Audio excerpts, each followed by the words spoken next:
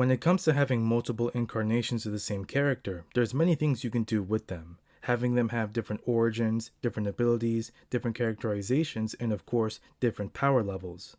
Godzilla is a very fine example. In some versions, he's a mutated dinosaur capable of destroying entire mountains. Others, he's a multi-dimensional entity whose mere existence is a threat to the universe. Other examples include characters like Superman, Goku, and of course, Gamera. Showa, Heisei, and Rebirth Gamera don't get a lot of spotlight in power scaling, and so I wanted to dedicate this video to ranking how powerful each of the versions of Gamera really are.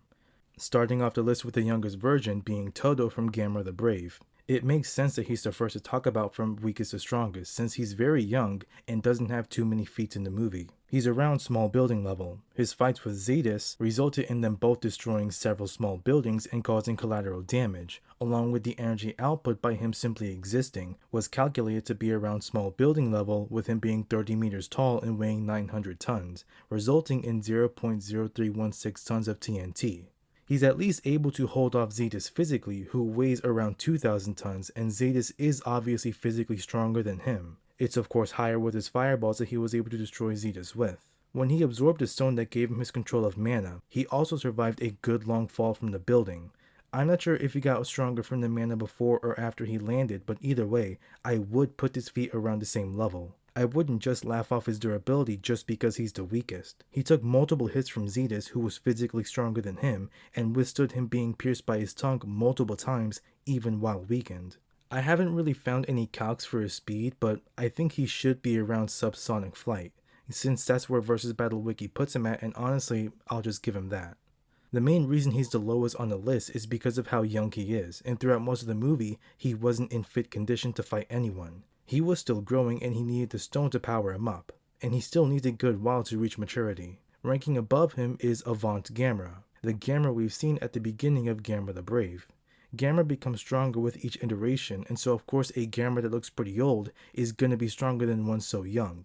So he's stronger than Toto by just scaling, but overall, he's a bit stronger than Toto because of the same energy output by existing, being 35 meters and 1,200 tons. He was calculated to exert around 0.049237 tons of TNT. Yeah, when it comes to scaling and strength, this is a bit iffy, since there's many kaijus stronger than larger ones. Godzilla from Godzilla vs. Mechagodzilla is much stronger than Shin Godzilla, since he withstood a black hole and is around 50 meters, while Shin Godzilla is around city level and above 100 meters. But this is via calculation of the body energy output, and these two just don't really have too many feats, so we gotta take what we can get. His attack potency does increase with his explosion, but this is more of a last resort that does cost him his life.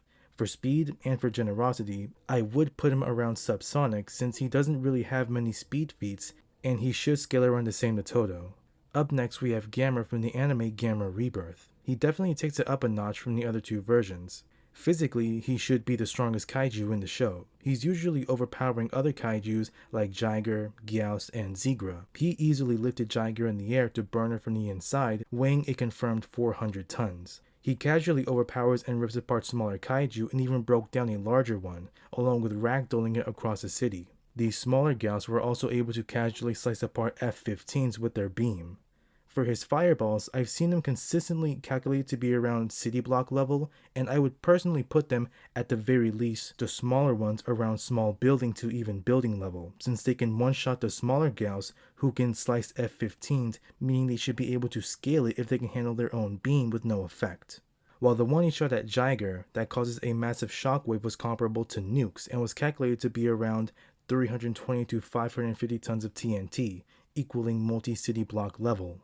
Physically, I would put him around city level to large city level, since he's stronger than pretty much every kaiju and he can harm kaijus who can tank his multi-city block level blast. Like the Super Gyaos, even though Gamera was a lot physically weaker, he was still able to harm it with his hits, so at least physically, I would put him at city level to large city level, including his durability. For speed, he's usually around supersonic, but in his fight with Virus, because he was able to fly out of the Earth's atmosphere equaling escape velocity, it would put him at massively hypersonic, around Mach 33. He's got quite a few abilities. He's pretty special compared to the other versions. He's got an EMP that he used to destroy some missiles and even knock back the Super Gyaos. He can control gravity. In the novelization, it was stated that he could create vapor through his energy, and he has a good degree of energy control, such as when he was able to condense his energy into his hand to burn away kaijus like Jiger, who he was able to pretty easily destroy with this technique. He also has a technique where he acts like a buzzsaw, spinning rapidly with his propellers and the sharp side of his shell. He's able to cut through kaijus like Giron in half, who were able of casually withstanding the fireballs. It would be a one-shot, meaning it would be a power difference of 10 times stronger. Now let's talk about the moon feat. It's a bit controversial because of the context of it.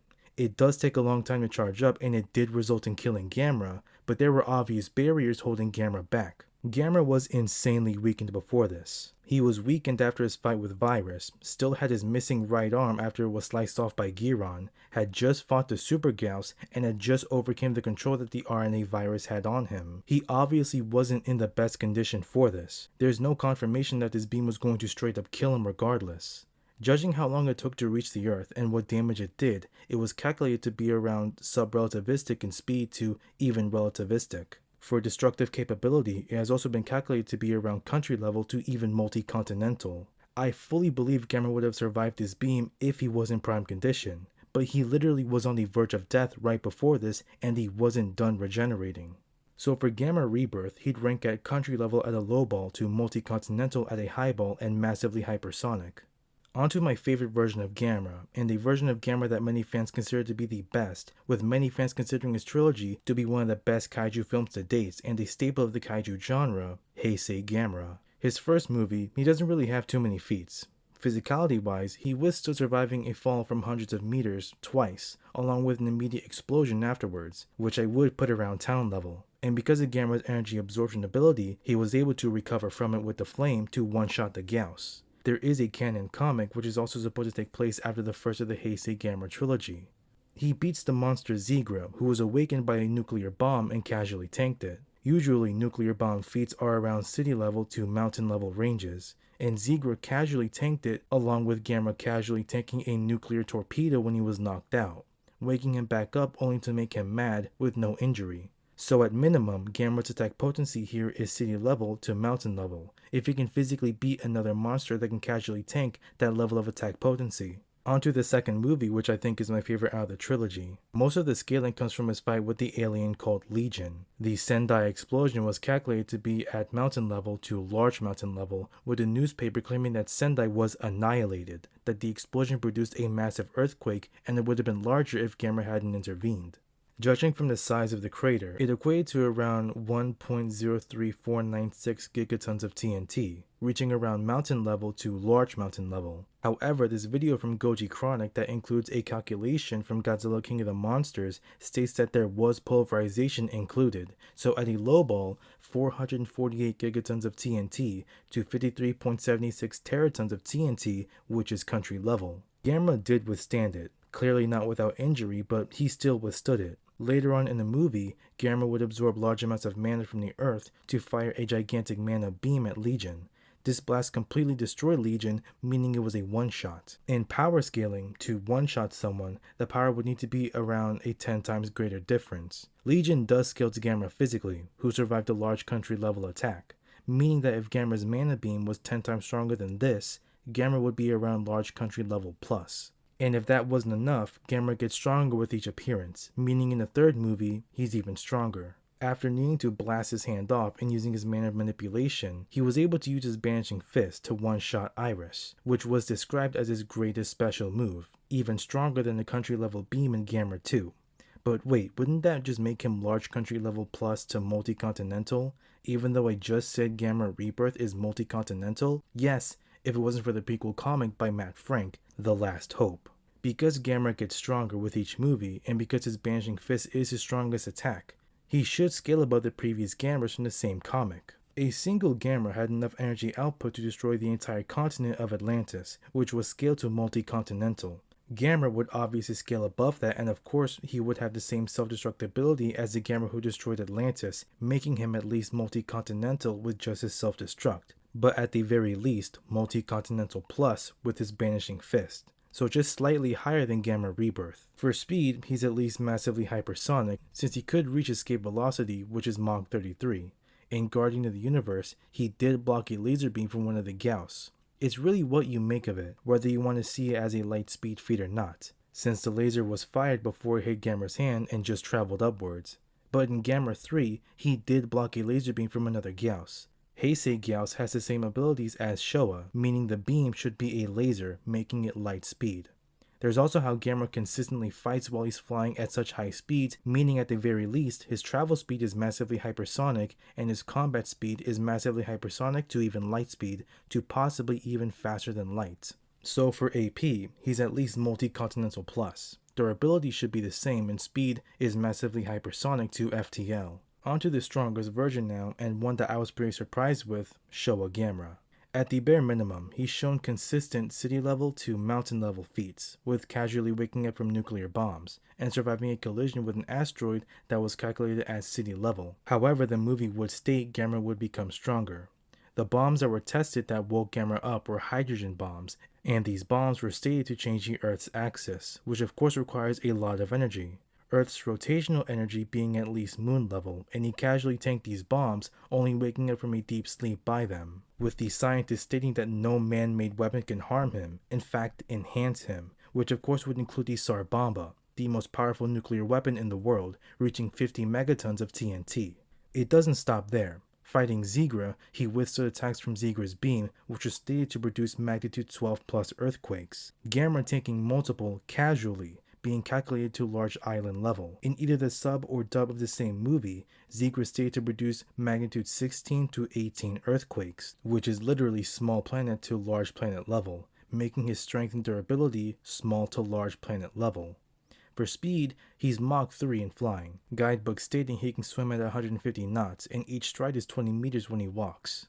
This is all very casual stuff until you look at his other appearances fighting monsters like Gauss.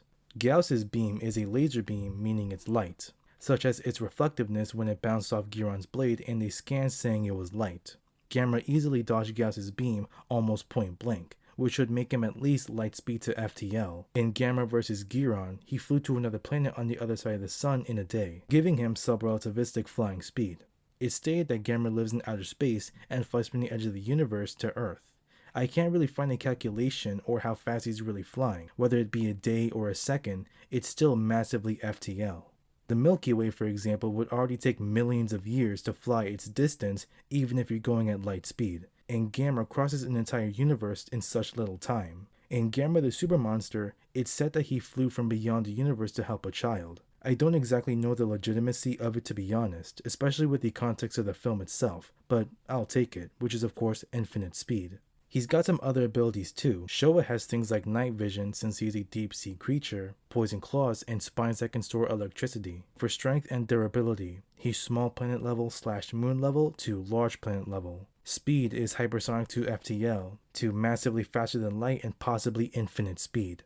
It really surprised me with how much of a power gap Showa has to his other versions, which I completely understand. This is the Showa era and things were wacky in the Showa era.